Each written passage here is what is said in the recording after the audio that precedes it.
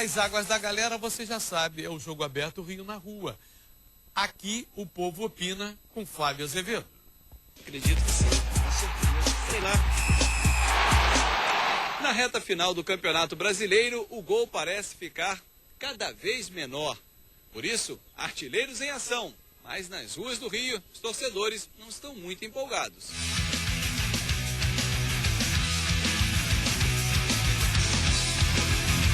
Essa vitória em cima do Fluminense, empolga?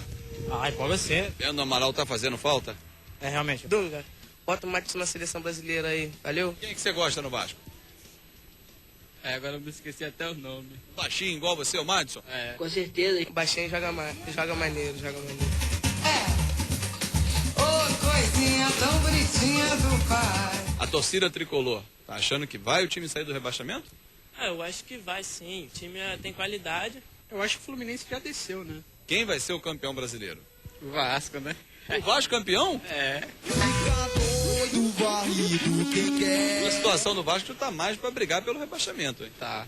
Eu acho que o Vasco cai. Tá torcendo contra? Tem que torcer, né? Descobrimos um baiano, torcedor do Vitória, que atrapalhou o Flamengo nessa reta final, né? O Flamengo foi lá e não conseguiu o que esperava, né? O Mengão vai pra Libertadores, vai ganhar esse título e fé em Deus. Os baianos estão torcendo pelo Obina aqui no Flamengo ou não? Tem que torcer, né?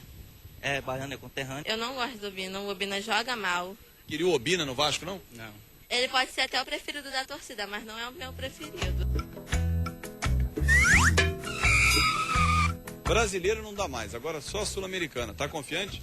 Acho que sim. Acho que se o Botafogo der um pouquinho mais de energia aí e conseguir lutar, acho que dá pra tentar classificação e passar agora pelos Estudiantes agora. Tá ruim, mas Capão, eu tenho fé que a vida vai melhorar.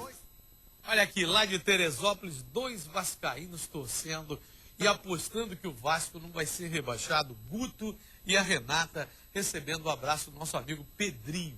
Você acredita que o Vasco se livre disso? Eu acredito sim, Zé. Eu ainda estou acreditando no Vasco da Gama. O Vasco agora, as últimas 4 partidas do Vasco não foram tão ruins assim, não. Eu acho que o Vasco sai dessa. Aliás, o Vasco veio crescendo de produção desde o jogo lá no Recife. Já contra o Flamengo, ele não ganhou por falta de sorte, mas vinha jogando bem.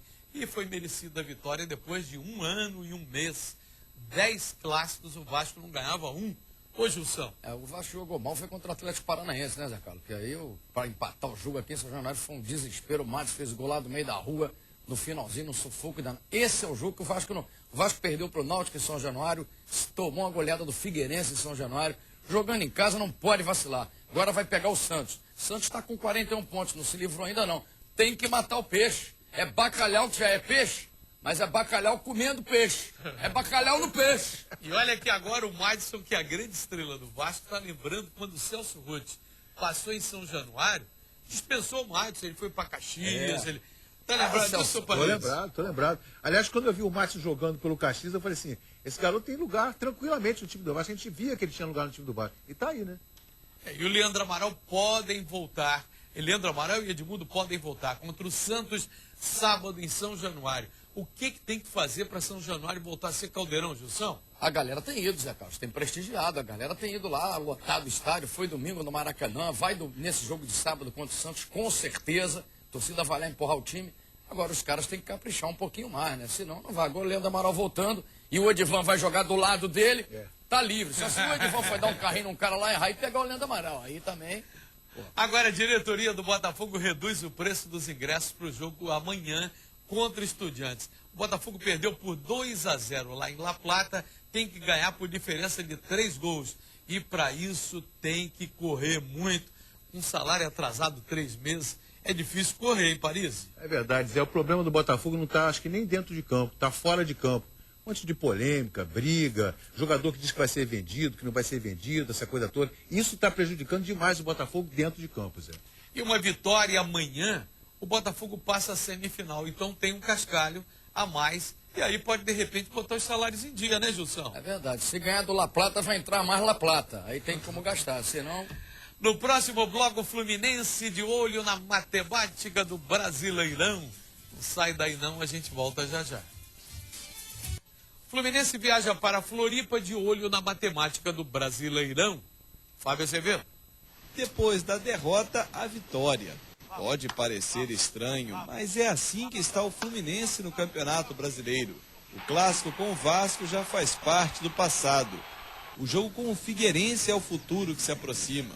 E, curiosamente, vencendo por 1-0. A partida foi interrompida na semana passada por causa de uma pane no sistema elétrico do estádio Orlando Scarpelli. Resultado não vale o título, mas o que importa não é o troféu. É isso aí, é o jogo, com certeza. Se era o jogo da nossa vida, ficou muito mais ainda. A importância ficou muito maior ainda. A permanência na primeira divisão está em xeque. Por isso, 3 pontos são fundamentais na reta final. Só que do outro lado, o adversário vem diferente da semana passada. Só ter parado aquele jogo lá, para ele já foi um ano a mais. E ainda mais agora com esse empate, com certeza isso favoreceu a eles, né? Só que uma vitória faria a matemática tricolor mudar. O Fluminense pularia da penúltima colocação para a 14ª. Ficaria 3 pontos da Sul-Americana.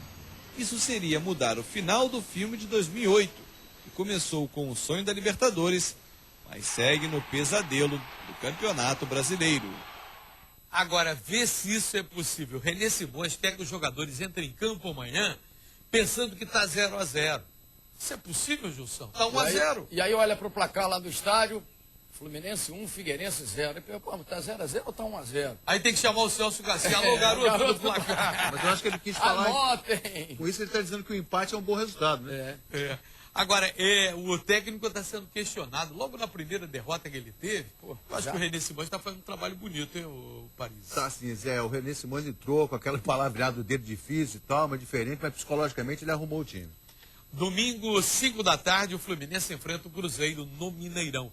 Mas amanhã começa às 8 da noite, com 15 minutos de jogo. Fluminense 1-0, gol de Aroca. O recado final do Carlos Alberto Parisi. O René Simões, eu tenho um fonoaudiólogo bom. Você falou que a sua voz dentro de campo é o Fabinho. Você está precisando de um fonoaudiólogo. Quem está precisando de um fonoaudiólogo de um otorrino é o Renato Gaúcho, que termina o jogo sem voz, hein? Gilson Ricardo, a última. Meu recado final, a galera do Botafogo tem que comparecer amanhã, como diria aquele treinador, tem que incentivar eles, abaixar até o preço do ingresso. Será que agora a galera vai? Ô Jair, alô Anderson, galera toda, Andrezinho, vamos lá. Vem aí, Furacão 2000 com a Priscila e o Rômulo Costa, amanhã 12h30. Só falando do futebol carioca, tem mais Jogo Aberto Rio. Boa tarde e até lá.